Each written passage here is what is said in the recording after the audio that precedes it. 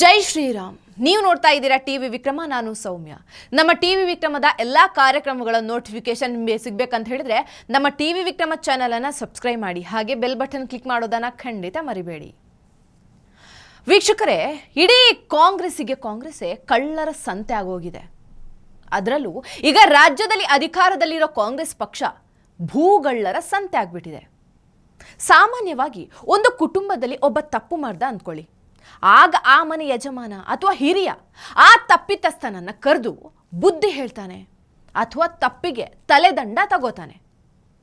ಆದರೆ ಆ ಮನೆ ಯಜಮಾನನೇ ಕಳ್ಳಾಗ್ಬಿಟ್ರೆ ಅಥವಾ ಮನೆ ಮಂದಿ ಎಲ್ಲರೂ ಕಳ್ಳರಾಗ್ಬಿಟ್ರೆ ಇಲ್ಲಿ ತಪ್ಪನ್ನ ತಿದ್ದೋರು ಯಾರು? ತಪ್ಪಿಗೆ ಶಿಕ್ಷೆ ಕೊಡೋರು ಯಾರು? ಹಾಗಾದ್ರೆ ಕಾನೂನೇ ಶಿಕ್ಷೆ ಕೊಡಬೇಕಲ್ವಾ? ಈಗ ಕಾಂಗ್ರೆಸ್ ಪಕ್ಷ ಅದೇ ಸ್ಥಿತಿಲಿದೆ. ಹೈಕಮಾಂಡ್ ಅಂತ ಹೋದ್ರೆ ರಾಹುಲ್ ಗಾಂಧಿ, ಸೋನಿಯಾ ಗಾಂಧಿ ಇಬ್ರು ಕೂಡ ಯಾವ ಕ್ಷಣದಲ್ಲಿ ನಾವು ಕೋರ್ಟ್ ಮೆಟ್ಟಿಲೇರಬೇಕು, ಯಾವ ಕ್ಷಣದಲ್ಲಿ ನಾವು ಜೈಲೂಟಕ್ಕೆ ರೆಡಿ ಆಗಬೇಕು, ಅಥವಾ ಯಾವ ಕ್ಷಣದಲ್ಲಿ ನಾವು ದೇಶ ಬಿಟ್ಟು ಹೋಗಬೇಕು ಅನ್ನೋ ಕಂಡೀಷನಲ್ಲಿ ಇದ್ದಾರೆ. ಇನ್ನು ರಾಜ್ಯದಲ್ಲಿ ಸಿದ್ದರಾಮಯ್ಯ ಮತ್ತು DKಶಿ ಇಬ್ಬರೂ ತಮ್ಮ ಕೇಸ್ಗಳಲ್ಲಿ ಈಗ ಜೈಲು ಭೀತಿ ಎದುರಿಸ್ತಾ ಇದ್ದಾರೆ. ಇಂಥ ಸಿಚುವೇಶನ್ ಇರುವಾಗ ಇಲ್ಲಿ ಯಾರಿಗೆ ಯಾರು ಬುದ್ಧಿ ಹೇಳೋಕೆ ಸಾಧ್ಯ ಹೇಳಿ? ಎಲ್ಲರೂ ಅಪರಾಧಿ ಪ್ರಜ್ಞೆಯಲ್ಲೇ ಇರುವಾಗ ಒಬ್ಬರ ಮಾತು ಇನ್ನೊಬ್ರು ಕೇಳ್ತಾರಾ? ಈಗ ಇಂಥ ಕಾಂಗ್ರೆಸ್ ಪಟಾಲಮ್ಮಲ್ಲಿ ಇನ್ನೊಂದು ದೊಡ್ಡ ಬಾಂಬ್ ಸಿಡಿದಿದೆ.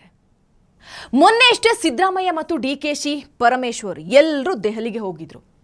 ಹೈಕಮಾಂಡ್ ಜೊತೆ ಚರ್ಚೆನೂ ಮಾಡಿದ್ರು. ಮೊನ್ನೆ ಹೈಕಮಾಂಡ್ ಕುರ್ಚಿಲಿ ಕೂತಿದ್ದವರು ಮಿಸ್ಟರ್ ಮಲ್ಲಿಕಾರ್ಜುನ ಖರ್ಗೆ. ಸಿದ್ದರಾಮಯ್ಯ ಮತ್ತು DKಶಿಗೆ ನೈಸಾಗಿ ಬೆಣ್ಣೆ ಸವರಿದ ಖರ್ಗೆ ಪರಮೇಶ್ವರ್ ಅವರಿಗೆ CM ಆಗೋಕೆ ರೆಡಿ ಆಗ್ರಿ ಅಂತ ಕುಟ್ಟಾಗಿ ಹೇಳಿ ಕಳಿಸಿದ್ರು. ಈ ಹಂತದ ತನಕ ಖರ್ಗೆ ಸಿದ್ದರಾಮಯ್ಯ DKಶಿ ಅವರ ಎದುರಲ್ಲಿ ತಾವು ಭಾರೀ ಸಂಭಾವಿತರು ಅನ್ನೋ ರೀತಿಯಲ್ಲಿ ಕಾಣಿಸ್ಕೊಂಡಿದ್ರು. ಆದರೆ ಪರಮೇಶ್ವರ್ ಅವರನ್ನ CM ಸೀಟಿಗೆ ತರ್ತಾರೆ ಅನ್ನೋ ಸುದ್ದಿ ಸ್ಲೋ ಆಗಿ ಹರಿದಾಡ್ತಾ ಇದ್ದ ಹಾಗೆ ಕಾಂಗ್ರೆಸ್ ಅಲ್ಲಿ ಖರ್ಗೆ ಡಬಲ್ ಗೇಮ್ ಮಾಡ್ತಿದ್ದಾರಾ? ದಲಿತರ ಪ್ರಾಬಲ್ಯ ಹೆಚ್ಚಿಸ್ಕೊಳ್ಳೋದಕ್ಕೆ ಪರಮ್ ಅವರನ್ನ CM ಕುರ್ಚಿಲಿ ಕೂರ್ಸೋಕೆ ರೆಡಿ ಆಗಿದ್ದಾರಂತ ಅಸಮಾಧಾನಗಳು ಶುರುವಾದವು. ಈಗ ಖರ್ಗೆ ವಿರುದ್ಧ ಒಂದು ದೊಡ್ಡ ಆರೋಪ ಬಂದಿದೆ. ಅಫ್ಕೋರ್ಸ್ ಈ ಆರೋಪ ಮಾಡಿರೋದು ಕೇಂದ್ರ BJP ಮುಖಂಡ. ಅದಕ್ಕೆ ಆಧಾರವಾಗಿ ಸಿಕ್ಕಿರೋದು RTI ದಾಖಲೆಗಳು.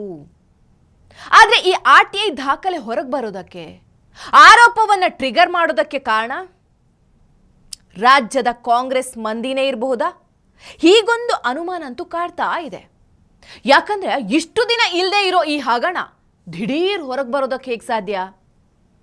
BJP ರಾಜ್ಯಾಧ್ಯಕ್ಷ ವಿಜೇಂದ್ರ ಅವರು ಅವತ್ತಿಂದ ಹೇಳ್ತಾ ಇರೋ ಮಾತಲ್ಲಿ ಸತ್ತೇ ಇರಬಹುದಾ?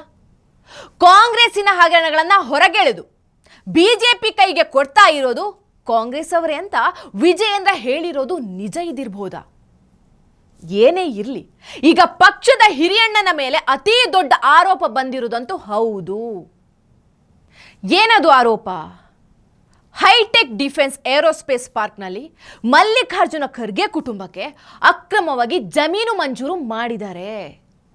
ಮಂಜೂರು ಮಾಡಿದ್ದಾರೆ ಅನ್ನೋದಕ್ಕಿಂತ ಮಾಡಿಸ್ಕೊಂಡಿದ್ದಾರೆ ಅಥವಾ ತಾವೇ ಜಮೀನು ಮಂಜೂರು ಮಾಡ್ಕೊಂಡಿದ್ದಾರೆ ಅನ್ಬಹುದು.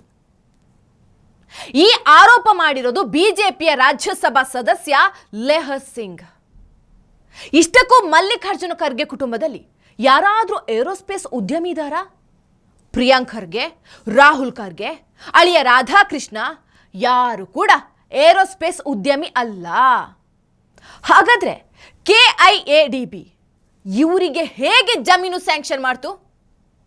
ಈ ಪ್ರಶ್ನೆಯನ್ನ ಖರ್ಗೆ ಫ್ಯಾಮಿಲಿಗೆ ಮಾತ್ರ ಅಲ್ಲ, ಬೃಹತ್ ಮತ್ತು ಮಧ್ಯಮ ಕೈಗಾರಿಕಾ ಸಚಿವ MB ಪಾಟೀಲ್ ಇವರಿಗೂ ಕೇಳಬೇಕು. ಯಾವ ಅರ್ಹತೆ ಮೇಲೆ MB ಪಾಟೀಲ್ರು ಇವರಿಗೆ ಜಮೀನು ಕೊಡಕ್ಕೆ ಒಪ್ಪಿದ್ರು? ಇದು ಅಧಿಕಾರದ ದುರುಪಯೋಗ ಅಲ್ವಾ? ಸ್ವಜನ ಪಕ್ಷಪಾತ ಅಲ್ವಾ? ಹಿತಾಸಕ್ತಿ ಸಂಘರ್ಷ ಅಲ್ವಾ? ಇದು ಲೆಹರ್ ಸಿಂಗ್ ಅವರ ಪ್ರಶ್ನೆ ಮಾತ್ರ ಅಲ್ಲ, ಈಗ ಇಡೀ ರಾಜ್ಯ ಕೇಳ್ತಾ ಇರುವಂತಹ ಪ್ರಶ್ನೆ. ವೀಕ್ಷಕರೇ, ಮಲ್ಲಿಕಾರ್ಜುನ ಖರ್ಗೆ ಕುಟುಂಬದ ಒಂದು ಟ್ರಸ್ಟ್ ಇದೆ, ಸಿದ್ಧಾರ್ಥ ವಿಹಾರ ಟ್ರಸ್ಟ್ ಅಂತ. ಈ ಟ್ರಸ್ಟ್ಗೆ KIADB ಬರೋಬ್ಬರಿ 5 ಎಕರೆ ಜಮೀನನ್ನು ಕೊಟ್ಟಿದೆ. ಯಾವ ಲೆಕ್ಕದಲ್ಲಿ ಕೊಟ್ಟಿದೆ? SC ಕೋಟಾದ ಅಡಿಯಲ್ಲಿ ನಾಗರಿಕ ಸೌಲಭ್ಯಗಳಿಗೋಸ್ಕರ ಅಂತ ಮಂಜೂರು ಮಾಡಿದೆ. ಅಂದಹಾಗೆ ಅಲ್ಲಿರೋ ಒಟ್ಟು ಜಮೀನು 45.94 ಎಕರೆ. ಅದರಲ್ಲಿ 10%ಗಿಂತ ಜಾಸ್ತಿ ಜಮೀನನ್ನ ಅರ್ಹತೆನೇ ಇಲ್ದಿರೋ ಖರ್ಗೆ ಕುಟುಂಬದ ಟ್ರಸ್ಟ್ಗೆ ಕೊಟ್ಟಿದ್ದಾರೆ ನಮ್ಮ MB ಪಾಟೀಲ್ರು. ಈ ಜಮೀನಿರೋದು ಏರೋಸ್ಪೇಸ್ ಮತ್ತು ಡಿಫೆನ್ಸ್ನವರಿಗೋಸ್ಕರ. ಆದರೆ ಸಿದ್ಧಾರ್ಥ ಟ್ರಸ್ಟ್ ಯಾವ ಆಧಾರದ ಮೇಲೆ ಇದನ್ನು ತಗೊಳ್ತು? ಇಲ್ಲಿ ಒಂದು ವಿಶೇಷವನ್ನು ನಾವು ಗಮನಿಸಲೇಬೇಕು. ಖರ್ಗೆ ಕುಟುಂಬ ನಡೆಸ್ತಾ ಇರೋ ಸಿದ್ಧಾರ್ಥ ವಿಹಾರ ಟ್ರಸ್ಟ್ನಲ್ಲಿ ಇರೋ ಅಷ್ಟೂ ಮಂದಿನೂ ಖರ್ಗೆ ಫ್ಯಾಮಿಲಿ ಅವರೇ. ಇದಕ್ಕೆ ಮಲ್ಲಿಕಾರ್ಜುನ ಖರ್ಗೆನೂ ಒಬ್ಬ ಟ್ರಸ್ಟಿ, ಅವರ ಪತ್ನಿ ರಾಧಾಬಾಯಿ ಕೂಡ ಟ್ರಸ್ಟಿ, ಖರ್ಗೆ ಅವರ ಅಳಿಯ ಗುಲ್ಬರ್ಗಾದ MP ಆಗಿರೋ ರಾಧಾ ಕೃಷ್ಣ ಕೂಡ ಒಬ್ಬ ಟ್ರಸ್ಟಿ. ಉಳ್ದವ್ರು ಯಾರು? ಪ್ರಿಯಾಂಕ್ ಖರ್ಗೆ ಮತ್ತು ರಾಹುಲ್ ಖರ್ಗೆ. ಎಸ್, ಈ ಇಬ್ಬರೂ ಮಕ್ಕಳು ಕೂಡ ಸಿದ್ಧಾರ್ಥ ವಿಹಾರ ಟ್ರಸ್ಟ್ಗೆ ಟ್ರಸ್ಟಿಗಳು. ಫ್ಯಾಮಿಲಿಯದ್ದೇ ಟ್ರಸ್ಟ್ ಮಾಡ್ಕೊಂಡಿರೋ ಖರ್ಗೆ ಅವರು 5 ಎಕರೆ ಜಮೀನನ್ನ ಜನರಿಗೋಸ್ಕರ ಅಥವಾ ಸಮಾಜಕ್ಕೋಸ್ಕರ ತಗೊಂಡಿದ್ದಾರೆ ಅಂದ್ರೆ ನಂಬೋಕ್ಕಾಗತ್ತಾ? ಈ ಜಮೀನು ಪರ್ಸನಲ್ ಲಾಭಕ್ಕೆ ತಗೊಂಡಿದ್ದಾರೆ ಅನ್ನೋದು ಇಲ್ಲಿ ಕ್ಲಿಯರ್ ಆಗಿ ಗೊತ್ತಾಗುತ್ತೆ. ಅದರಲ್ಲೂ ಅಕ್ರಮವಾಗಿ ತಮಗೆ ಅರ್ಹತೆ ಇಲ್ಲದೆ ಹೋದ್ರೂ ತಗೊಂಡಿರೋದು ಇಲ್ಲಿ ಬಹಳ ಸ್ಪಷ್ಟ. 14 ಸೈಟ್ಗಳ ಹಗರಣದಲ್ಲಿ ಸಿದ್ದರಾಮಯ್ಯನವರು ಹೇಗೆ ಸಿಕ್ಕಾಕೊಂಡಿದ್ದಾರೋ ಅದೇ ರೀತಿ ಈಗ ಖರ್ಗೆ ಆ್ಯಂಡ್ ಖರ್ಗೆ ಕುಟುಂಬ ತಗ್ಲಾಕೊಂಡಿದೆ. 5 ಎಕರೆ ಜಾಗ ಬಿಟ್ಕೊಟ್ರೆ ಖರ್ಗೆ ಸೇಫ್ ಆಗ್ತಾರಾ? ಗೊತ್ತಿಲ್ಲ. ಯಾಕಂದ್ರೆ ಈ ಪ್ರಕರಣ ಕೂಡ ರಾಜ್ಯಪಾಲರ ಟೇಬಲ್ ಮುಂದೆ ಬರೋ ಸೂಚನೆ ಕಾಣ್ತಾ ಇದೆ. ಸಿದ್ಧಾರ್ಥ ವಿಹಾರ ಟ್ರಸ್ಟ್ ಅನ್ನೋದು ಕೈಗಾರಿಕೆ ನಡೆಸೋ ಟ್ರಸ್ಟ್ ಅಲ್ವೇ ಅಲ್ಲ. ಯಾವ ಟ್ರಸ್ಟ್ ಕೂಡ ಕೈಗಾರಿಕೆ ನಡೆಸೋದಿಲ್ಲ. ಸೊ ಇವರಿಗೆ ಕೈಗಾರಿಕಾ ಪ್ರದೇಶದಲ್ಲಿ ಹೇಗೆ ಲ್ಯಾಂಡ್ ಕೊಟ್ರು ಅನ್ನೋದೇ ವಿವಾದದ ಬೇಸಿಕ್ ಪಾಯಿಂಟ್. MB ಪಾಟೀಲ್ ಈ ಪ್ರಶ್ನೆಗೆ ಉತ್ತರ ಕೊಡಬೇಕು. ಈಗಾಗಲೇ ಒಂದು ಪ್ರಕರಣದಲ್ಲಿ MB ಪಾಟೀಲ್ ಪ್ರಾಸಿಕ್ಯೂಷನ್ ಭೀತಿ ಎದುರಿಸ್ತಾ ಇದ್ದಾರೆ. ಅದರ ಜೊತೆಗೆ ಇದು ಕೂಡ ಕಾಡೋ ಚಾನ್ಸ್ ಇದೆ. ವೀಕ್ಷಕರೇ, ದಿ ಫೈಲ್ ಅನ್ನೋ ವೆಬ್ಸೈಟ್ RTI ಮೂಲಕ ಸಿದ್ಧಾರ್ಥ ಟ್ರಸ್ಟ್ನ trust deed, land sanction details ಎಲ್ಲವನ್ನ ಈಗಾಗಲೇ ಪಬ್ಲಿಕ್ ಮಾಡಿದೆ. ಪೇಪರ್ಗಳಲ್ಲಿ ಖರ್ಗೆ ಫ್ಯಾಮಿಲಿಯ ವಿವರ, ಫೋಟೋ ಸಮೇತ ಇದೆ. ಇದೆಲ್ಲ ಡೀಟೇಲ್ಸ್ ಮತ್ತು ಡಾಕ್ಯುಮೆಂಟ್ ಇಟ್ಕೊಂಡು ದಿನೇಶ್ ಕಲ್ಲಹಳ್ಳಿ ಅನ್ನೋ ಸಾಮಾಜಿಕ ಕಾರ್ಯಕರ್ತ ಈಗ ರಾಜ್ಯಪಾಲರಿಗೆ ಪತ್ರ ಬರೆದಿದ್ದಾರೆ. ಸರ್, ಏನು ಇವತ್ತು ನಾನು ಗೌರವಾನ್ವಿತ ರಾಜ್ಯಪಾಲರಿಗೆ ಒಂದು ದೂರನ್ನು ಕೊಟ್ಟು ಒಂದು ಅಭಿಯೋಜನಾ ಮಂಜೂರಾತಿಯನ್ನು ಏನು ಪಡ್ಕೊಳ್ಳಲಿಕ್ಕೆ ಇವತ್ತೇನು ದೂರು ಕೊಟ್ಟಿದ್ದೀನಿ. ಸಚಿವರಾದಂಥ MB ಪಾಟೀಲ್ ಅವರು ಅವರ ಇಲಾಖೆ ಅಧೀನದಲ್ಲಿ ಬರುವಂಥ ಕರ್ನಾಟಕ ಕೈಗಾರಿಕಾ ಪ್ರದೇಶಾಭಿವೃದ್ಧಿ ಮಂಡಳಿ KADBಯಲ್ಲಿ ವ್ಯಾಪ್ತಿಯಲ್ಲಿರುವಂಥ ಸುಮಾರು 100 ಎಕರೆಗೂ ಹೆಚ್ಚು CA ನಿವೇಶನಗಳು, ಮೂಲೆ ನಿವೇಶನಗಳನ್ನು ಸಾಮಾನ್ಯ ಹಂಚಿಕೆ ದರದಲ್ಲಿ ಹಂಚಿಕೆ ಮಾಡಿ ಕೊಟ್ಟುಬಿಟ್ಟಿದ್ದಾರೆ. ಈ CA ನಿವೇಶನಗಳನ್ನು ಈ ಹಿಂದೆ ಹರಾಜು ಪ್ರಕ್ರಿಯೆ ಅಥವಾ 1:3 ಹಂಚಿಕೆ ಮಾಡ್ತಾಯಿದ್ರು. ಇದರಿಂದ ಸರ್ಕಾರದ ಬೊಕ್ಕಸಕ್ಕೆ ಸುಮಾರು 300 ಕೋಟಿ ರೂಪಾಯಿಗೂ ಹೆಚ್ಚು ನಷ್ಟ ಉಂಟಾಗಿದೆ. ಹಾಗಾಗಿ ಈ ಪ್ರಕರಣದ ಬಗ್ಗೆ ನಾನು ಸುಮಾರು 2 ತಿಂಗಳಿಂದ ಗೌರವಾನ್ವಿತ ಮುಖ್ಯಮಂತ್ರಿಗಳಾದಂಥ ಸನ್ಮಾನ್ಯ ಸಿದ್ದರಾಮಯ್ಯನವರಿಗೆ ಒಂದು ದೂರನ್ನು ಕೂಡ ಕೊಟ್ಟಿದ್ದೆ. ಹಾಗಾಗಿ ಅವರು ಕೂಡ ಯಾವುದೇ ರೀತಿ ಕಾನೂನು ಕ್ರಮ ಕೈಗೊಂಡಿರಲಿಲ್ಲ. ನಾನು ಈ ಪ್ರಕರಣದ ಬಗ್ಗೆ ಕಾಂಗ್ರೆಸ್ ಪಕ್ಷದ ರಾಷ್ಟ್ರೀಯ ನಾಯಕರಾದಂಥ ಶ್ರೀ ರಾಹುಲ್ ಗಾಂಧಿಯವರಿಗೂ ಕೂಡ ಒಂದು ದೂರನ್ನು 2 ತಿಂಗಳಿಂದನೇ ಕೊಟ್ಟಿದ್ದೆ. ಅವರು ಕೂಡ ಯಾವುದೇ ರೀತಿ ಕಾನೂನು ಕ್ರಮವನ್ನು ಕೈಗೊಂಡಿಲ್ಲ. ಸನ್ಮಾನ್ಯ ರಾಹುಲ್ ಗಾಂಧಿಯವರು ಇಡೀ ದೇಶದ ಭ್ರಷ್ಟಾಚಾರದ ಬಗ್ಗೆ ಮಾತಾಡ್ತಾರೆ.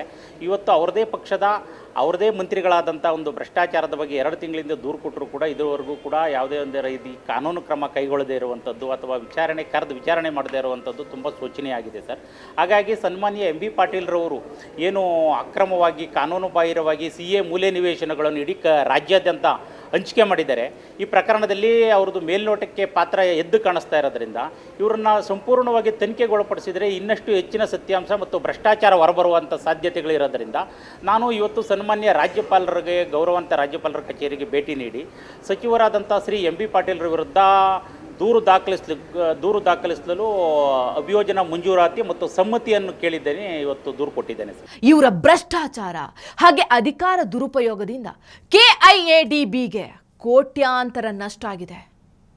ಅಷ್ಟೇ ಅಲ್ಲ, ಅರ್ಹರಿಗೆ ಮೋಸ ಕೂಡ ಆಗಿದೆ.